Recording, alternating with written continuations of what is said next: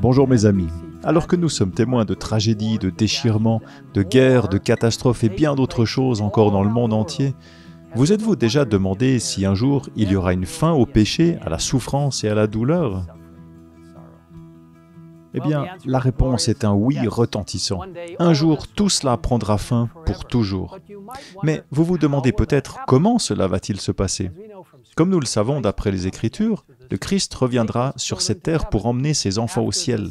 Après son retour, il y aura une période de 1000 ans appelée millénium. Une période durant laquelle tous les croyants vivront au ciel pendant 1000 ans jusqu'à ce que Satan et le péché soient détruits pour toujours et que la terre soit créée à nouveau.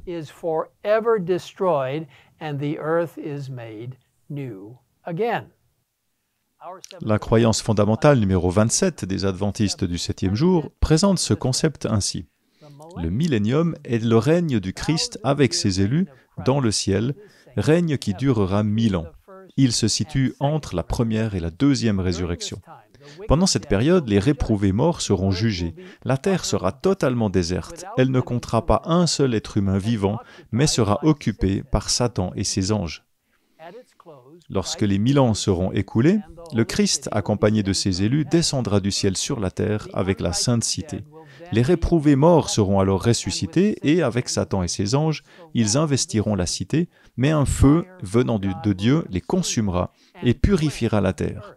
Ainsi, l'univers sera libéré à jamais du péché et des pécheurs. Le livre de l'Apocalypse nous donne une description claire du déroulement de cette période de 1000 ans. Puis je vis un ange descendre du ciel. Il tenait à la main la clé de l'abîme et une grande chaîne. Il s'empara du dragon, le serpent ancien, qui est le diable et Satan, l'enchaîna pour 1000 ans et le jeta dans l'abîme. Il ferma et scella l'entrée au-dessus de lui afin qu'il n'égare plus les nations jusqu'à ce que les 1000 ans soient passés. Après cela, il faut qu'il soit relâché pour un peu de temps.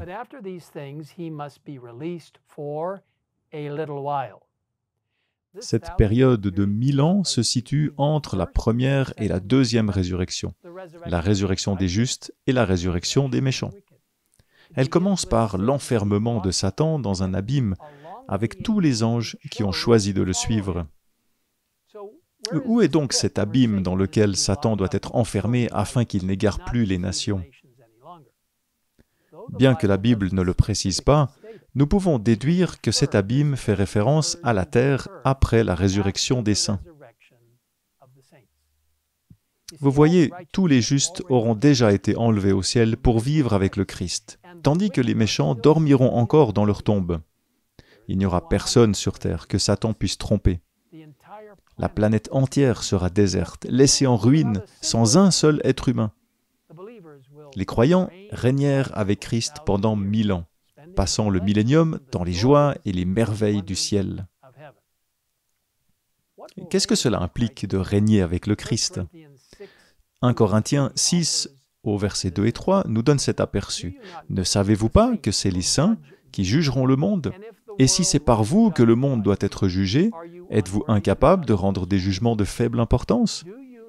Ne savez-vous pas que nous jugerons les anges, combien plus les affaires de la vie courante? » Ainsi, au cours du millénium, il nous sera permis d'examiner les livres que Dieu a conservés depuis le début de la terre. Vous pouvez en savoir plus à ce sujet dans Apocalypse 20, au verset 12. Dieu lira les livres et jugera le cas de chaque personne ayant jamais vécu. Et nous pourrons examiner ces livres. Nous saurons, sans l'ombre d'un doute, que Dieu est effectivement un juge bon et juste. Et que feront Satan et ses anges pendant les 1000 ans? La Bible nous dit qu'ils seront coincés sur terre et qu'ils n'auront plus personne à tromper. Mais la question reste, comment le péché prendra-t-il fin? La parole de Dieu nous assure qu'un jour le péché sera détruit et que la terre sera à nouveau parfaite, comme dans le jardin d'Éden. Le livre de l'Apocalypse nous dit exactement comment cela va se passer. Et nous lisons au chapitre 20, les versets 7 à 10. Quand les 1000 ans seront passés, Satan sera relâché de sa prison et il sortira pour égarer les nations qui sont aux 4 coins de la terre, Gog et Magog, afin de les rassembler pour la guerre. Elles seront aussi nombreuses que le sable de la mer. Ils montèrent sur toute la surface de la terre et ils encerclèrent le camp des saints et la ville bien-aimée. Mais un feu venu de Dieu descendit du ciel et les dévora. Le diable qui les égarait fut jeté dans l'étang de feu et de soufre où sont la bête et le prétendu prophète. Et ils seront tourmentés jour et nuit au siècle des siècles. Voyez-vous, lorsque Dieu reviendra sur la terre pour la purifier, il commencera par la deuxième résurrection, la résurrection des méchants. C'est alors que tous ceux qui se sont rebellés contre Dieu, qui ont rejeté Jésus et se sont rangés du côté de Satan, seront ramenés à la vie pour être jugés. Lorsque Satan verra tous ces gens, il tentera une dernière tromperie. Il exhortera tous les méchants à se tourner vers la cité sainte et à l'attaquer, affirmant qu'ils peuvent la conquérir et s'en approprier. Satan et son armée marcheront vers la cité sainte et se prépareront à l'attaquer, mais leur rébellion sera de courte durée. Le feu tombera du ciel et les consumera entièrement. Satan et ses partisans seront complètement détruits. Ceux qui auront choisi le côté du péché et de la rébellion seront consumés en un instant. Satan, quant à lui, le responsable de toute cette tromperie, sera jeté dans l'étang de feu et de soufre. L'Apocalypse dit que Satan brûlera pour toujours.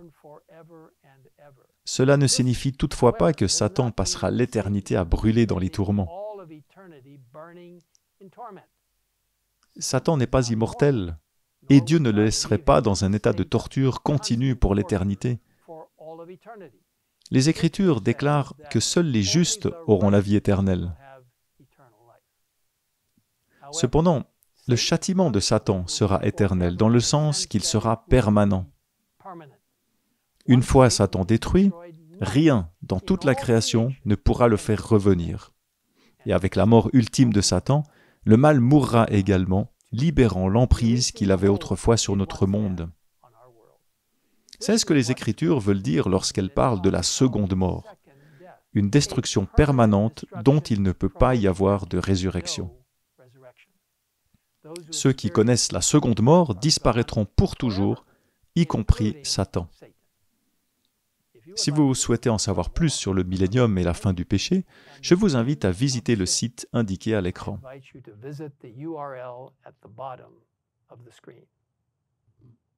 Dans l'Apocalypse, Jean décrit ce qui se passe après la destruction de Satan.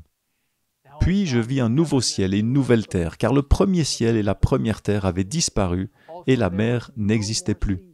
Je vis descendre du ciel, d'auprès de Dieu, la ville sainte, la nouvelle Jérusalem, préparée comme une mariée qui s'est faite belle pour son époux.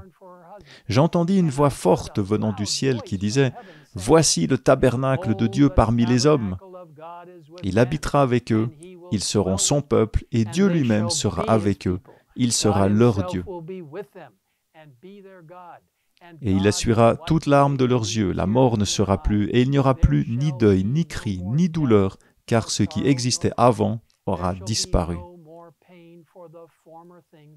Celui qui était assis sur le trône dit « Voici que je fais toutes choses nouvelles. » Il ajouta « Écris cela, car ces paroles sont dignes de confiance et vraies. » C'est peut-être le plus beau passage de toutes les Écritures. Il contient la promesse ultime de Jésus qu'un jour, il reviendra pour nous. Il rétablira toutes choses. Toutes les blessures seront guéries, toutes les pertes seront restaurées. Nous serons son peuple, comme nous avons toujours été destinés à l'être, vivant dans la joie et la paix avec lui pour l'éternité. Quel jour glorieux ce sera! Alors que nous considérons les choses merveilleuses que Dieu nous réserve, le merveilleux privilège de vivre avec lui pour l'éternité, je vous invite maintenant à prier avec moi. Père Céleste, merci de nous avoir révélé dans le livre de l'Apocalypse et ailleurs le merveilleux plan que tu as pour restaurer cette terre dans une harmonie et une paix complète par le sang de Jésus-Christ, par la puissance de Dieu.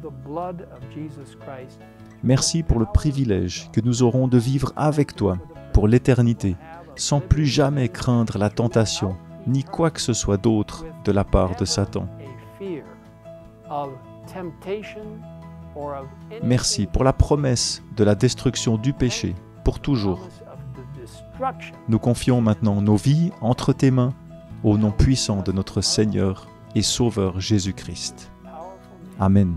Lord and Savior Jesus Christ. Amen.